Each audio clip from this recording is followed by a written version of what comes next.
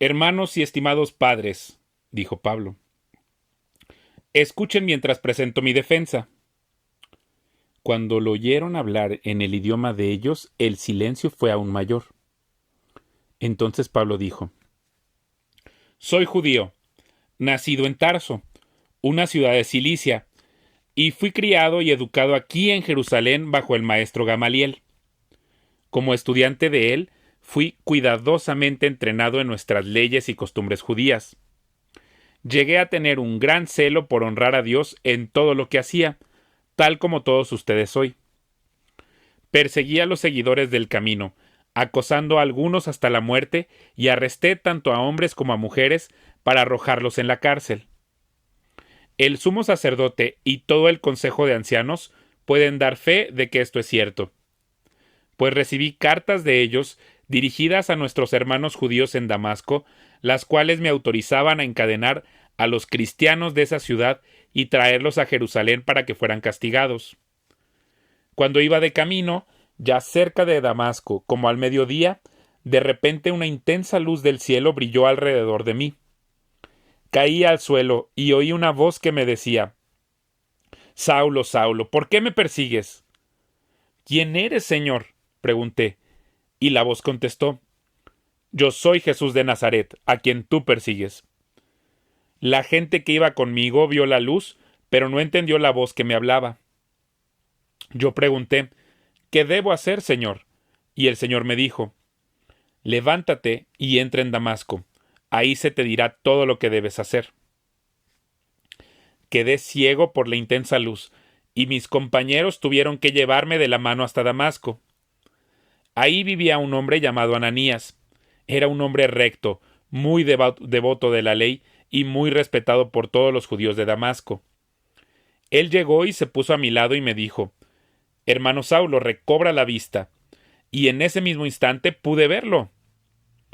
Después me dijo: El Dios de nuestros antepasados te ha escogido para que conozcas su voluntad y para que veas al justo y lo oigas hablar.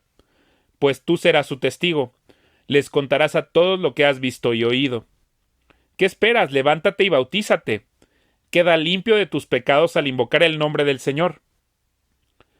Después de regresar a Jerusalén, y mientras oraba en el templo, caí en un estado de éxtasis. Tuve una visión de Jesús, quien me decía: Date prisa, sal de Jerusalén, porque la gente de aquí no aceptará tu testimonio acerca de mí. Pero, Señor, argumenté, seguramente ellos saben que en cada sinagoga yo encarcelé y golpeé a los que creían en ti, y estuve totalmente de acuerdo cuando mataron a tu testigo Esteban. Estuve ahí cuidando los abrigos que se quitaron cuando lo apedrearon. Pero el Señor me dijo: Ve, porque yo te enviaré lejos a los gentiles. La multitud escuchó hasta que Pablo dijo esta palabra. Entonces todos comenzaron a gritar: ¡Llévense a ese tipo! ¡No es digno de vivir! Gritaron, arrojaron sus abrigos y lanzaron puñados de polvo al aire. El comandante llevó a Pablo adentro y ordenó que lo azotaran con látigos para hacerlo confesar su delito. Quería averiguar por qué la multitud se había enfurecido. Cuando ataron a Pablo para azotarlo, Pablo le preguntó al oficial que estaba ahí: ¿Es legal que azoten a un ciudadano romano que todavía no ha sido juzgado? Cuando el oficial oyó esto, fue al comandante y le preguntó: ¿Qué está haciendo? Este hombre es un ciudadano romano. Entonces el comandante se acercó a Pablo y le preguntó: Dime, ¿eres ciudadano romano? Sí, por supuesto que lo soy, respondió Pablo. Yo también lo soy, dijo el comandante entre dientes, y me costó mucho dinero. Pablo respondió: Pero yo soy ciudadano de nacimiento.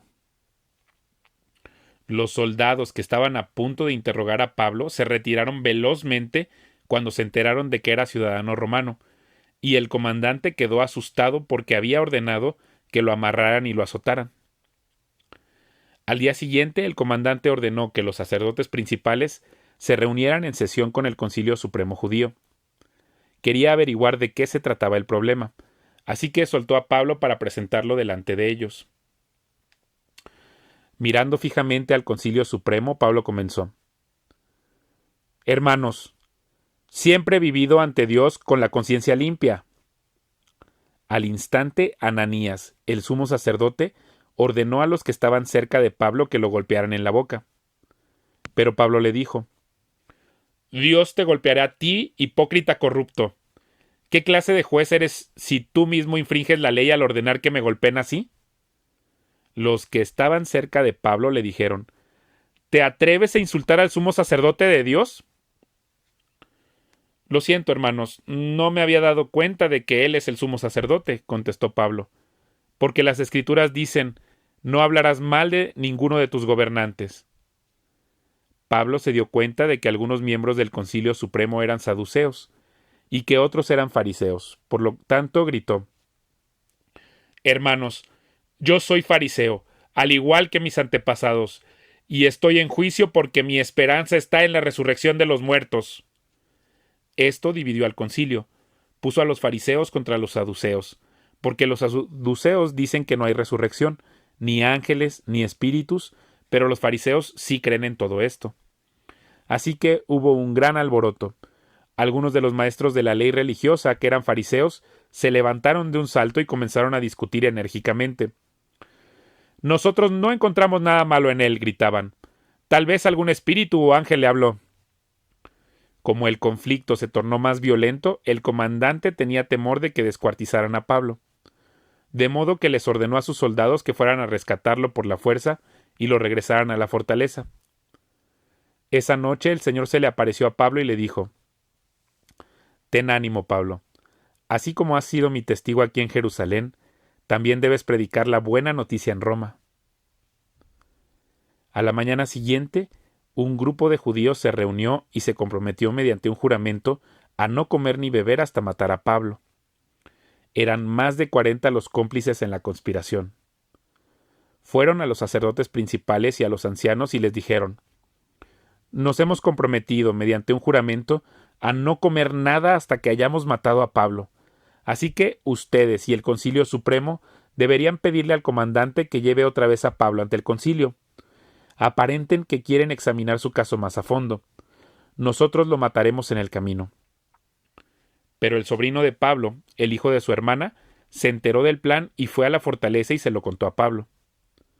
Pablo mandó llamar a uno de los oficiales romanos y le dijo: Lleva a este joven al comandante, tiene algo importante que decirle. Entonces el oficial lo hizo y explicó: El prisionero Pablo me llamó y me pidió que le trajera a este joven porque tiene algo que decirle. El comandante lo tomó de la mano, lo llevó a un lado y le preguntó: ¿Qué es lo que quieres decirme? El sobrino de Pablo le dijo: Unos judíos van a pedirle que usted lleve mañana a Pablo ante el Concilio Supremo, fingiendo que quieren obtener más información. Pero no lo haga. Hay más de 40 hombres escondidos por todo el camino, listos para tenderle una emboscada.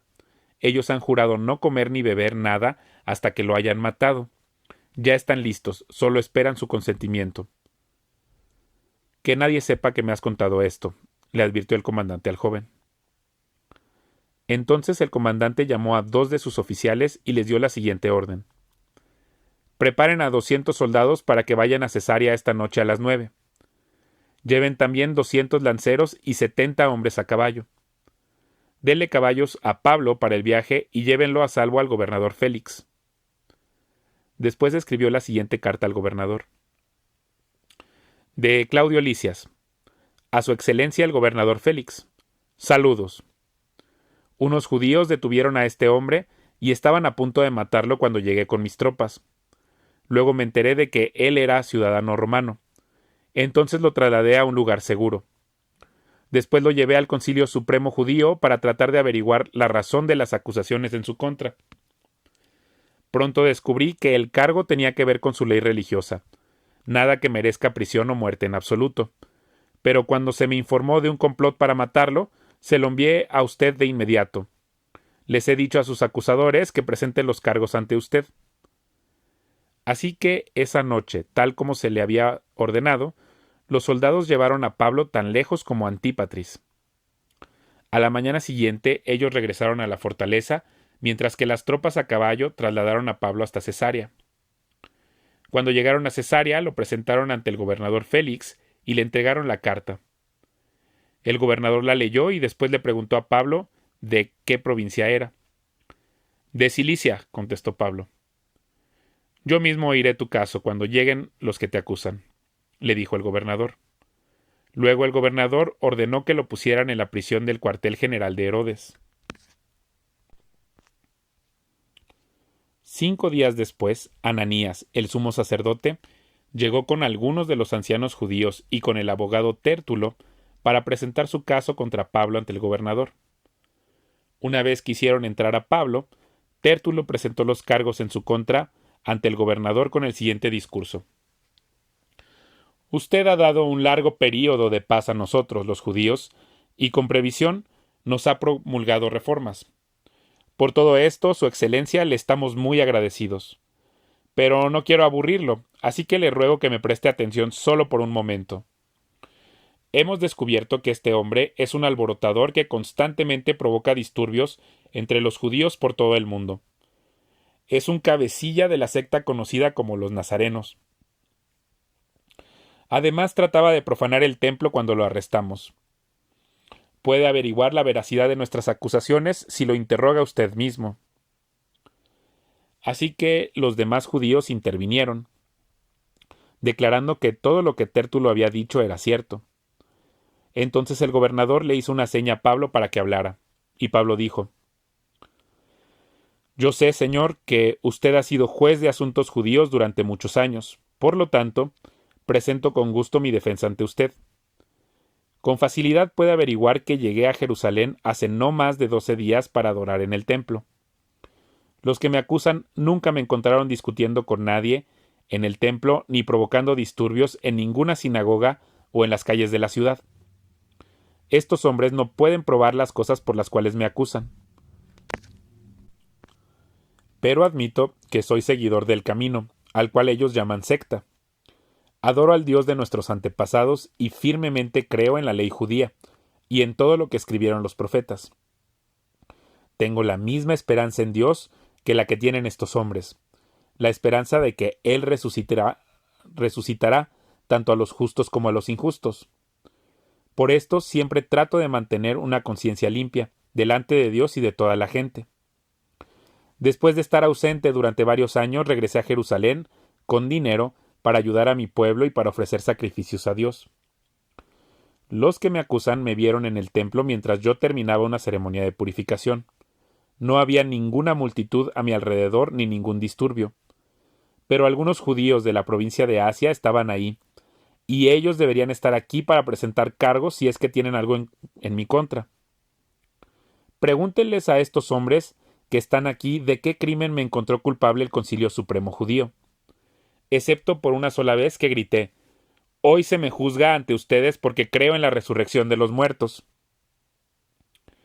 En ese momento Félix, quien estaba bastante familiarizado con el camino, levantó la sesión y dijo: «Esperen hasta que llegue Lisias, el comandante de la guarnición. Entonces tomaré una decisión sobre el caso». Le ordenó a un oficial que mantuviera a Pablo bajo custodia, pero le diera ciertas libertades y permitiera que sus amigos lo visitaran y se encargaran de sus necesidades. Unos días después, Félix regresó con su esposa Drusila, quien era judía. Mandó llamar a Pablo y lo escucharon mientras les habló acerca de la fe en Cristo Jesús. Al razonar Pablo con ellos acerca de la justicia, el control propio y el día de juicio que vendría, Félix se llenó de miedo. «Vete por ahora», le dijo. «Cuando sea más conveniente volveré a llamarte». También esperaba que Pablo lo sobornara, de modo que lo mandaba a llamar muy a menudo y hablaba con él. Pasaron 2 años así, y Félix fue sucedido por Porcio Festo. Y como Félix quería ganarse la aceptación del pueblo judío, dejó a Pablo en prisión. 3 días después de que Festo llegó a Cesarea para asumir sus nuevas funciones, partió hacia Jerusalén, donde los sacerdotes principales y otros líderes judíos se reunieron con él y le presentaron sus acusaciones contra Pablo. Le pidieron a Festo que les hiciera el favor de trasladar a Pablo a Jerusalén, ya que tenían pensado tenderle una emboscada y matarlo en el camino. Pero Festo respondió que Pablo estaba en Cesarea y que pronto él mismo iba a regresar ahí. Así que les dijo: algunos de ustedes que tengan autoridad pueden volver conmigo. Si Pablo ha hecho algo malo, entonces podrán presentar sus acusaciones. Unos 8 o 10 días después, Festo regresó a Cesarea, y al día siguiente tomó su lugar en la corte, y ordenó que trajeran a Pablo. Cuando Pablo llegó, los líderes judíos de Jerusalén lo rodearon e hicieron muchas acusaciones graves que no podían probar. Pablo negó los cargos. No soy culpable de ningún delito contra las leyes judías, ni contra el templo, ni contra el gobierno romano, dijo. Entonces Festo, queriendo complacer a los judíos, les preguntó: ¿estás dispuesto a ir a Jerusalén y ser juzgado ante mí allá? Pero Pablo contestó: no, esta es la corte oficial romana, por lo tanto debo ser juzgado aquí mismo. Usted sabe muy bien que no soy culpable de hacer daño a los judíos. Si he hecho algo digno de muerte, no me niego a morir, pero si soy inocente, nadie tiene el derecho de entregarme a estos hombres para que me maten. Apelo al César. Festo consultó con sus consejeros y después respondió: muy bien, has apelado al César y al César irás. Unos días más tarde, el rey Agripa llegó con su hermana Berenice a presentar sus respetos a Festo.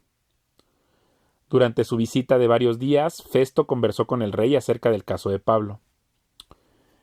Aquí hay un prisionero, le dijo, cuyo caso me dejó Félix. Cuando yo estaba en Jerusalén, los sacerdotes principales y los ancianos judíos presentaron cargos en su contra y me pidieron que yo lo condenara. Les hice ver que la ley romana no declara culpable a nadie sin antes tener un juicio.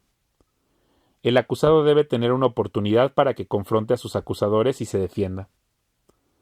Cuando los acusadores de Pablo llegaron aquí para el juicio, yo no me demoré. Convoqué al tribunal el día siguiente y di órdenes para que trajeran a Pablo, pero las acusaciones que hicieron en su contra no correspondían a ninguno de los delitos que yo esperaba. En cambio, tenían algo que ver con su religión y con un hombre muerto llamado Jesús, quien, según Pablo, está vivo. No sabía cómo investigar estas cuestiones, así que le pregunté si él estaba dispuesto a ser juzgado por estos cargos en Jerusalén. Pero Pablo apeló al emperador para que resuelva su caso. Así que di órdenes de que lo mantuvieran bajo custodia hasta que yo pudiera hacer los arreglos necesarios para enviarlo al César. Me gustaría oír personalmente a ese hombre, dijo Agripa. Y Festo respondió: mañana lo oirás. Así que al día siguiente, Agripa y Berenice llegaron al auditorio con gran pompa, acompañados por oficiales militares y hombres prominentes de la ciudad. Festo dio órdenes de que trajeran a Pablo. Después Festo dijo: Rey Agripa, y los demás presentes, este es el hombre a quien todos los judíos, tanto aquí como en Jerusalén, quieren ver muerto. Pero en mi opinión, él no ha hecho nada que merezca la muerte. Sin embargo, como apeló al emperador, decidí enviarlo a Roma. ¿Pero qué debo escribirle al emperador? Pues no hay ningún cargo concreto en su contra. Así que lo he traído ante todos ustedes, especialmente ante ti, rey Agripa, para tener algo que escribir después de que lo interroguemos. Pues no tiene sentido enviarle un prisionero al emperador sin especificar los cargos que hay en su contra.